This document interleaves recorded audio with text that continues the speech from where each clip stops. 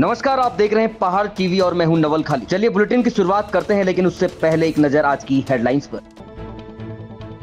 1 सितंबर से प्रदेश के 10 जिलों में होगी महिला होमगार्ड की भर्ती। 3 अगस्त को जारी होगा विज्ञापन।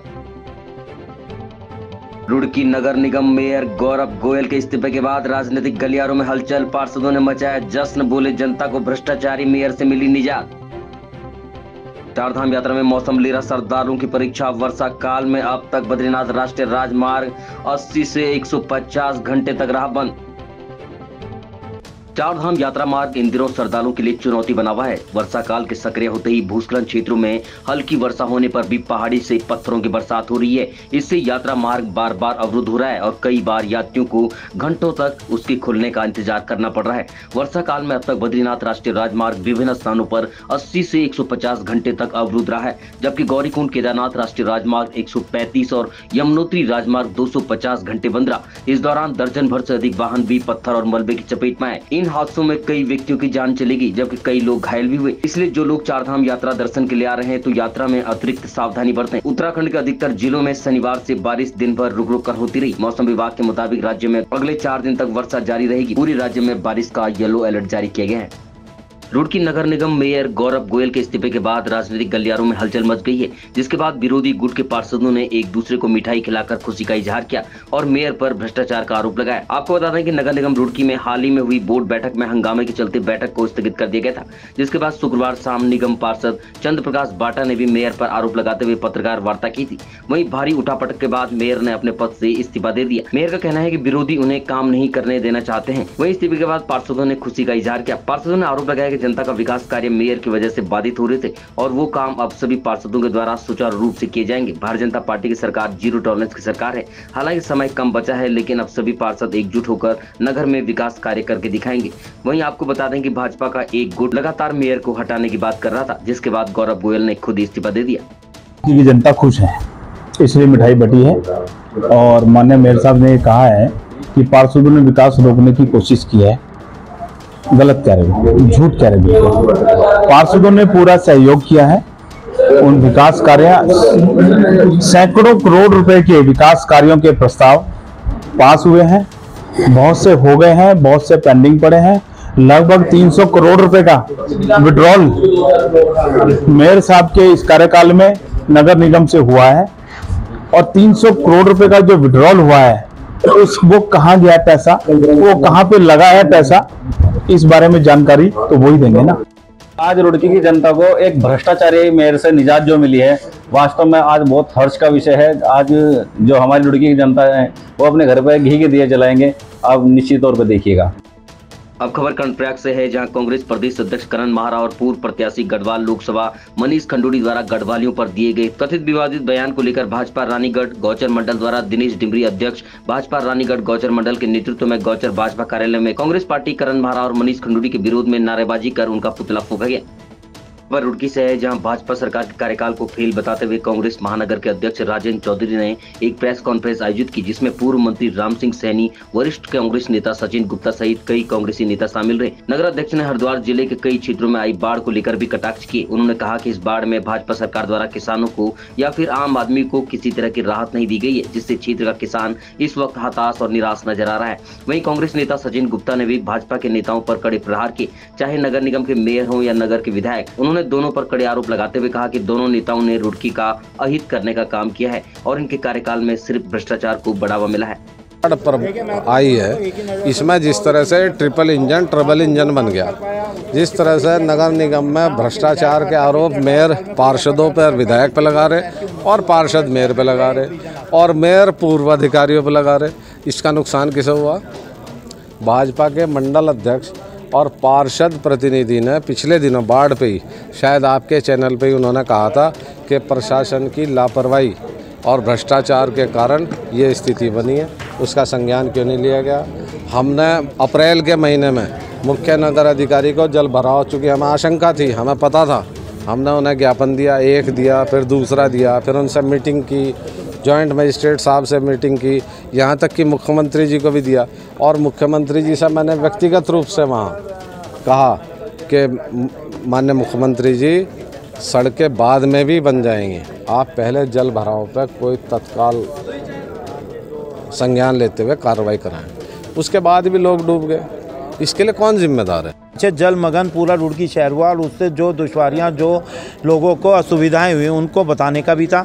उस कार्य को जो करने में विफल रहे कि उसमें जो है निकासी का कार्य जो पानी का था वो ये नहीं कर पाया और कई दिन तक जो इनके जनप्रतिनिधि हैं वो लोगों तक नहीं पहुंच पाए। इसके अलावा अब तक इन्होंने राशन की जो ढिंडोरा पिटायम ने राशन बांटा वो करा, वो किसी भी वार्ड में या कहीं पर भी देखने को नहीं मिला किसी भी उसमें, तो उसी के लिए रखी गई थी।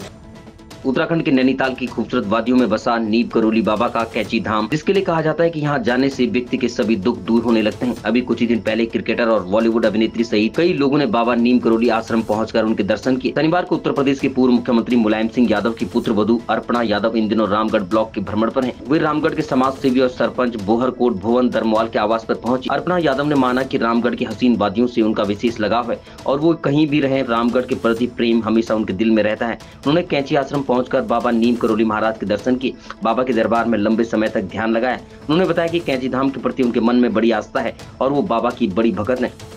अब खबर सितारगंज से है, जहां पैगंबर मोहम्मद साहब के नवाज हसन हुसैन की याद में मुस्लिम समाज के लोगों ने सितारगंज क्षेत्र के आसपास के ग्राम के लोगों ने बड़ी हकीकत माहौल के साथ मुहर्रम निकाली। साथ ही मुहर्रम निकालने के दौरान पूरे शहर में हसन हुसैन या हुसैन की सदाएं गूंजती रही। मुहर्रम माह में सबीलें लगाई जाती हैं, पानी पिलाया जाता है, वहीं भूखों को खाना खिलाया जाता है। इस्लामिक मान्यताओं के मुताबिक करबला की लड़ाई में इमाम हुसैन ने इंसानियत को बचाया था, इसलिए मुहर्रम को इंसानियत का महीना माना जाता है। इमाम हुसैन की शहादत और कुर्बानी की याद में मुहर्रम मनाया जाता है। इमाम हुसैन की शहादत की याद में ताजिया और जुलूस निकाले जाते हैं। वहीं पूरे प्रदेश में जगह जगह मुहर्रम के जुलूस निकाले गए। नहीं, ये पुरानी बुजुर्गों से परंपरा चली आ रही है कि जो हुसैन पाक ने अपने और अपने बच्चों को जो अल्लाह की राह में कुर्बान किया हक व सदाकत के लिए, ये कोई लड़ाई किसी और की, कोई हिंदू मुस्लिम या सिख ईसाई या कोई इस तरह की नहीं थी, बल्कि ये आपसी एक जंग थी हक व बातिल की। तो हुसैन पाक ने अपने और अपने बच्चों को कुर्बान किया हक के खातिर। यानी यजीद चाहता था कि बातिल का परचम लहराए, हुसैन चाहते थे कि हक का परचम लहराए। तो हुसैन ने सब कुछ अपने नाना के उम्मत के लिए और एक अमन शांति के लिए, अमन सुकून के लिए, ताकि अगर यजीद होता तो आतंकवाद होता, यजीद होता तो उग्रवाद होता, यजीद होता झगड़े और फसाद होता। इसलिए नबी के लाल ने अपनों को और अपने बच्चों को कुर्बान करने के लिए अपने देश को बचाया। बागेश्वर के कपकोट से है, जहां कपकोट तहसील के भराड़ी बाजार में बनाए गए कलमठ बंद और क्षतिग्रस्त हो गए हैं। दरअसल इन कलमठों पर लोगों ने अतिक्रमण कर अपने मकान बना लिए हैं। दरअसल पूर्व में सड़क निर्माण के दौरान बाजार में कई कलमठ यानी कि स्क्रबर बनाए गए थे, लेकिन उनके अगल बगल अवैध रूप से बनाए गए भवनों के कारण अब ये सभी स्क्रबर और कलमठ बंद हो चुके हैं। वर्तमान में केवल एक ही कलमठ खुला है, जो बरसात होने के कारण अब क्षतिग्रस्त हो गया है, जिससे अब बरसात का पानी लोगों के घरों में घुस रहा है। इसकी जानकारी विभाग को कई बार दी गई है, लेकिन विभाग ने अभी तक इस पर कोई कार्रवाई नहीं की है। आपको बता दें कि लोग जगह जगह स्क्रबर यानी कलमठों के ऊपर भी अतिक्रमण करके भवन बना रहे हैं, जिससे पानी की ड्रेनेज की भारी समस्या उत्पन्न हो रही है, लेकिन विभाग इस पर कोई कार्रवाई नहीं कर पा रहा है। गढ़वाल के धनौल्टी से है, जहां शनिवार को ब्लॉक कांग्रेस कमेटी जौनपुर के द्वारा मणिपुर में हुई महिलाओं के साथ जघन्य कांड के विरोध में थत्यूड़ ब्लॉक मुख्यालय के मुख्य बाजार में कांग्रेसियों द्वारा मोदी सरकार का पुतला दहन कर मणिपुर के मुख्यमंत्री और देश के प्रधानमंत्री से इस्तीफे की मांग की गई। कांग्रेसी कार्यकर्ताओं द्वारा ब्लॉक मुख्यालय सभागार से मुख्य बाजार थत्यूड़ तक प्रदेश और केंद्र सरकार का महिला और अत्याचार उत्पीड़न, मणिपुर की घटना और अंकिता भंडारी हत्याकांड के खिलाफ नारेबाजी की गई। वहीं थत्यूड़ बाजार के मुख्य चौराहे पर मोदी सरकार का पुतला फूंका गया। साथ ही धनौल्टी विधानसभा के अवरुद्ध विकास कार्य, जिसमें कि थत्यूड़ से ढाणा CSC रोड और सुआखोली भगवान मोटर मार्ग पर अलमस्त के पास पुल का निर्माण कार्य, जो कि 1 वर्ष पूर्ण होने पर भी निर्माणाधीन है, और वर्तमान विधायक के गृह क्षेत्र में शराब का ठेका खोलने पर विरोध जताया है। भाजपा सरकार द्वारा बढ़ती महंगाई पर भी विरोध जताया गया। देखिए, इस समय जो है पूरे देश में एक भाजपा के खिलाफ एक माहौल खड़ा हो रहा है, क्योंकि मणिपुर में जो हिंसा हुई उससे जो है पूरा महिला समाज जो है व्यथित है। वहाँ पर जो महिलाओं के साथ अत्याचार हुआ, तो उनको निर्वस्त्र किया गया, उसकी हम घोर भर्त्सना करते, कड़े शब्दों में निंदा करते, और वो जिन लोग जो गुनाहगार थे उनको कड़ी से कड़ी सजा मिलनी चाहिए और वहाँ के मुख्यमंत्री को इस्तीफा देना चाहिए। में जो घटना हुई, सरकार को बहुत शर्मिंदगी की बात है। एक तरफ महिलाओं को बोलते हैं कि इनकी सुरक्षा करो, बेटी बचाओ बेटी पढ़ाओ, नंगे नीम वस्त्र हो रहे, हमें बोलने में भी शर्म आ रही है। हम सरकार से यही चाहते हैं कि महिलाओं की सुरक्षा कब होगी। हमारे इतने साल बीत गए पर अभी तक हमारी महिलाएं सुरक्षा नहीं है। इन्हीं शब्दों के साथ मैं बोलती हूँ कि महिलाओं को बहुत ध्यान देना चाहिए हमारी महिलाओं पे। हल्द्वानी से है, जहां शनिवार को पूरे जिले में भारी सुरक्षा के बीच ताजिया जुलूस निकाला गया। इसके लिए प्रशासन ने पूरी तैयारी की थी। सुरक्षा को लेकर पुलिस ने खास बंदोबस्त किया था, जहां चप्पे चप्पे पर पुलिस तैनात रही। ऐसो हल्द्वानी भूपेंद्र सिंह धोनी और थाना अध्यक्ष बनभूलपुरा नीरज भाकुनी ने सुरक्षा का जिम्मा संभाला था। आपको बता दें कि क्षेत्र में दरगाह पर चादर चढ़ाने के साथ ही मुहर्रम का त्योहार आरंभ हो गया है। ये त्योहार हजरत इमाम हुसैन की याद में मनाया जाता है। मुहर्रम को देखते हुए पूरे उत्तराखंड में सुरक्षा व्यवस्था कड़ी कर दी गई है। नैनीताल जिले में शनिवार को भारी सुरक्षा व्यवस्था के बीच ताजिया जुलूस निकाले गए।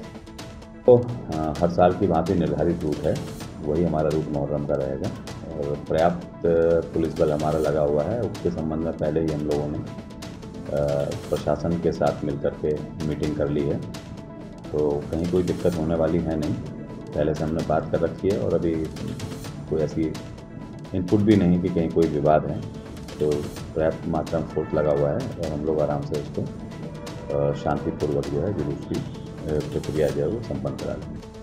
पौड़ी से है, जहां शनिवार को प्रेक्षागृह में आयोजित अखिल भारतीय ग्रामीण डाक सेवक संघ पौड़ी गढ़वाल के द्विवार्षिक अधिवेशन में पदाधिकारियों ने कमलेश चंद्र कमेटी की सिफारिशों को जल्द लागू करने, ग्रामीण डाक सेवकों को नियमित कर्मचारी का दर्जा और पेंशन देने, ग्रामीण डाक सेवकों से 8 घंटे तक काम लेते हुए पूरा वेतन देने और सामूहिक बीमा की धनराशि को 5 लाख तक बढ़ाने, ग्रामीण डाक सेवकों की ग्रेजुएटी को 1.5 लाख से बढ़ाकर 5 लाख रुपए तक बढ़ाने और ग्रामीण डाक सेवकों के पारिवारिक सदस्यों को चिकित्सा सुविधा देने संबंधी कई मांगे उठाई गई। सबों का धन्यवाद देता हूं जिन्होंने मुझे इस जिम्मेदारी का निर्वाह करने की जिम्मेदारी दी है और मैं इस पद पे हमेशा ही सच्चाई से काम करूंगा। ग्रामीण डाक सेवकों के लिए आगे तक लड़ाई लड़ने की कोशिश करूंगा।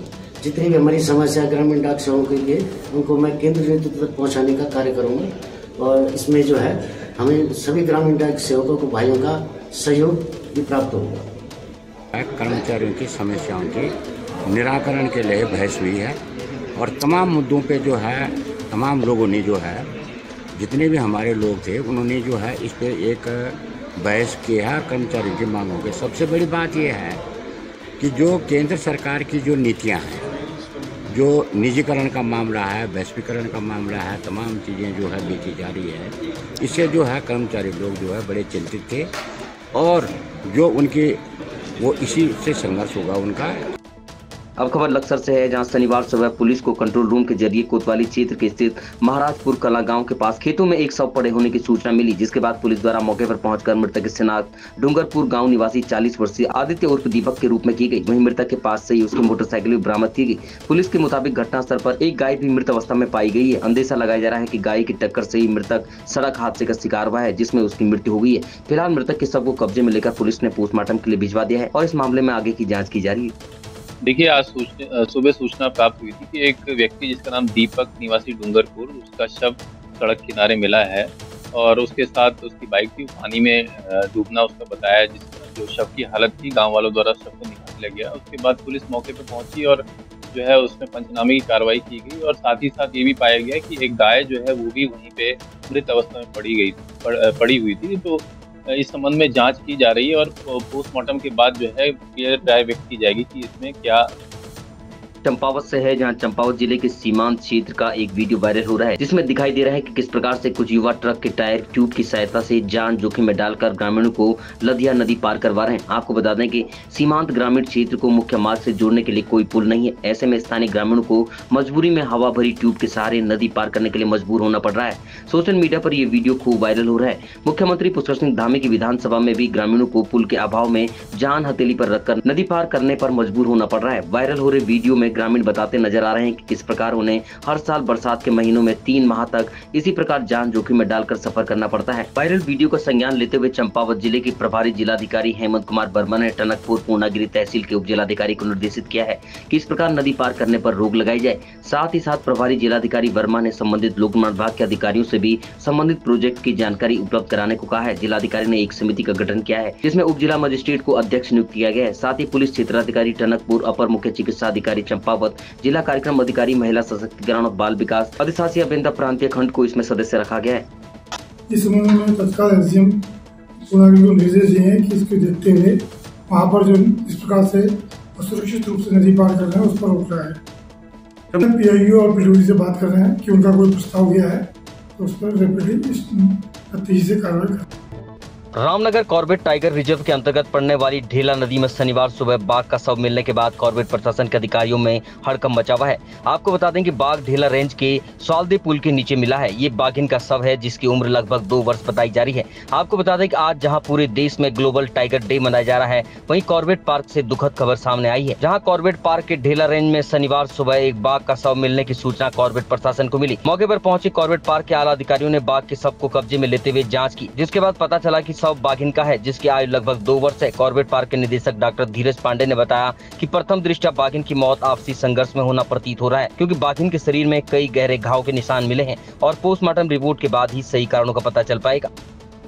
आज ये सवेरे करीब आधे घंटे पहले हमको पता चला कि एक फीमेल टाइग्रेस है, वो यहाँ सावजरे के पुल जो है उसके पास मृत अवस्था में पाई गई है। अभी प्राथमिक जाँच की जा रही है और पोस्टमार्टम के बाद पता चलेगा कि किन कारणों में मृत्यु हुई है। प्रथम दृष्टया उसके शरीर पर घाव हैं, निशान हैं। उसके बाद हम अभी पोस्टमार्टम के बाद पता करेंगे। प्रतीत होता है कि आपसी संघर्ष भी इसमें हो सकता है। ये टाइग्रेस इस क्षेत्र में काफ़ी घूमते हुए देखी गई थी, स्थानीय व्यक्तियों ने भी हमें बताया है। तो पोस्टमार्टम के बाद इसका खुलासा होगा।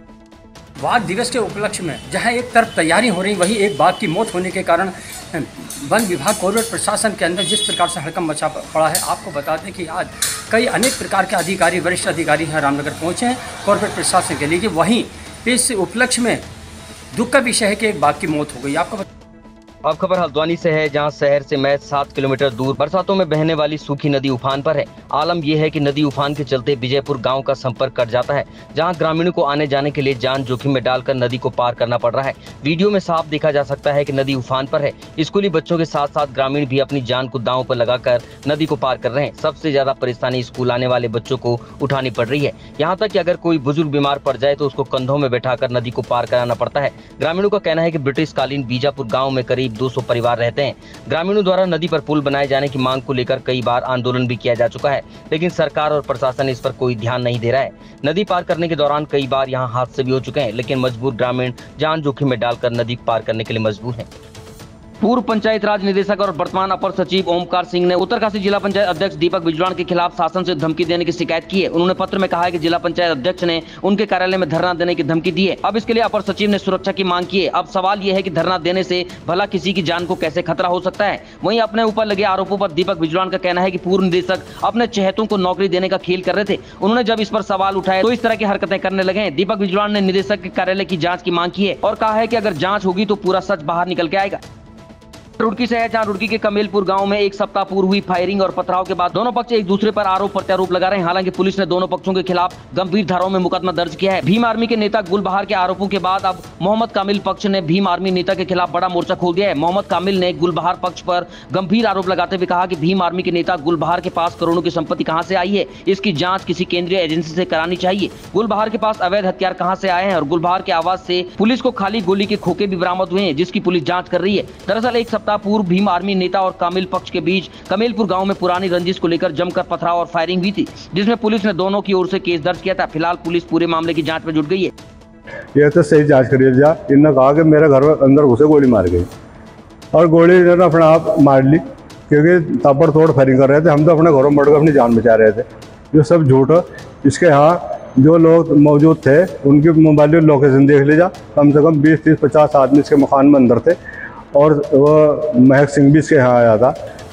गाड़ी भी थी, सब कुछ था, और वो भी गेल चला गया। ये हमने कहते थे वो झगड़ा कराने नहीं आता था कहा।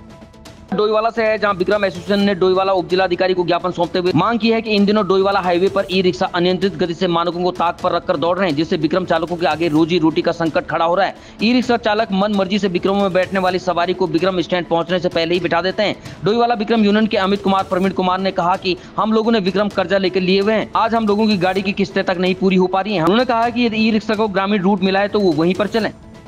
सवारियाँ फुटकर सवारी हमारे ऑटो स्टैंड पर आती है, वहाँ न पहुँच के और कैरिंग स्टेशन से पीछे से उठा रहे हैं उनको 2-2, 3-3 और जगह जगह पे हाईवे पे चल रहे हैं। जबकि गवर्नमेंट ने उनकी पहले ही पॉलिसी में लिखा है, अखबार में भी बहुत बार दिया है कि ऑटो ये जो तुम्हारे ई रिक्शा हैं इलेक्ट्रिक से चलने वाले, इनको हाईवे रूट ऑथराइज नहीं है। आज से पहले भी जब हमारे लोगों पे हमारे खिलाफ भी कुछ आया है, तो साथ साथ हम ये चाहते हैं कि जिस सरकार ने ई रिक्शा को जहाँ के लिए वैलिड किया है, जो ऑथराइज रूट दिया है, जो इनको कैपेसिटी ऑफ पैसेंजर दी है, ये उन्हीं रोडों को पालन करें। और हमें सबसे मेन समस्या है ई रिक्शा से। जो ई रिक्शा है इनका हाईवे पर संचालन हो रहा है, ओवरलोड ये चलाते हैं और इनका क्या है कि ये 8-8 सवारियां लेके चलते हैं, जबकि इनका जो है 3 सवारी लेके चलना इसमें गवर्नमेंट ने इनको अथॉराइज कर रखा है। हाईवे पे चलते हैं। दूसरी बात, इनका कोई स्टैंड नहीं है और ये हमारी सवारियां जो है चौक से ही उठा के ले पर रामनगर से है, जहां रामनगर वन प्रभाग के कालाढूंगी रेंज के अंतर्गत छोरा जाली गांव में गुलदार ने महिला पर हमला कर दिया, जिसमें महिला गंभीर रूप से घायल होगी। घटना शुक्रवार सुबह 5 बजे की है, जब 35 वर्षीय घना देवी सुबह घर के आंगन में साफ सफाई कर रही थी, तभी अचानक गुलदार ने महिला पर हमला कर दिया। महिला की चीख पुकार सुनकर पड़ोसी और गाँव वाले एकत्र हो गए। बमुश्किल महिला को छुड़ाया गया। कालाढूंगी में लगातार गुलदार का आतंक बढ़ता जा रहा है। गुलदार ने ग्रामीण क्षेत्र में 5वीं बार ग्रामीणों पर हमला किया है।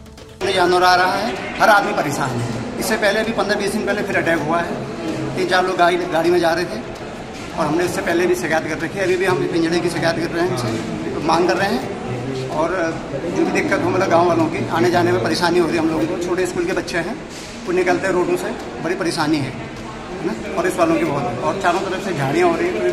द्वारा कहा जा रहा है पिंजड़े की मांग की जा रही है। मैं उच्च स्तर से वार्तालाप करके तुरंत इसमें जो है आवश्यक कार्रवाई करने की अनुरोध करता हूँ।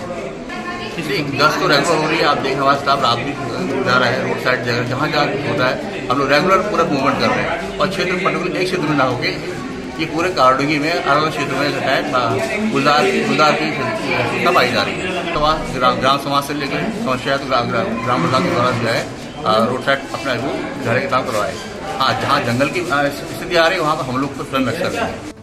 पर मसूरी से है, जहां मसूरी हाथी पांव रोड नियर जस अपार्टमेंट के पास सुबह अचानक एक बड़ा पेड़ गिरने से जिससे मार्ग के दोनों ओर वाहनों की लंबी कतारें लग गई और लोगों को भारी परेशानियों का सामना करना पड़ा। पेड़ गिरने की सूचना पर मसूरी फायर सर्विस के जवान मौके पर पहुंचे और मशीनों के माध्यम से पेड़ को काटकर सड़क से हटाकर यातायात को सुचारू किया गया। स्थानीय लोगों ने बताया कि मसूरी हाथी पांव रोड पर कई ऐसे विशालकाय पेड़ हैं जिनकी उम्र लगभग पूरी हो चुकी है और वो कभी भी गिर सकते हैं। ऐसे में कई बार वन विभाग को जर्जर हो गए पेड़ों को काटने के लिए आग्रह किया गया है, लेकिन इस पर कोई ध्यान नहीं दिया जा रहा है। अब खबर गंगोत्री विधानसभा क्षेत्र से है, जहां गंगोत्री क्षेत्र के पूर्व विधायक और उत्तराखंड कांग्रेस के वरिष्ठ नेता विजयपाल सजवाण ने विधानसभा के धनारी क्षेत्र के विभिन्न गांवों का भ्रमण किया। इस दौरान उन्होंने स्थानीय लोगों से मुलाकात कर इस क्षेत्र में भारी बारिश से हुए भूस्खलन का स्थलीय निरीक्षण किया और अतिवृष्टि हुई हानि और आपदा राहत बचाव कार्य और सरकारी मदद की जानकारी प्राप्त की।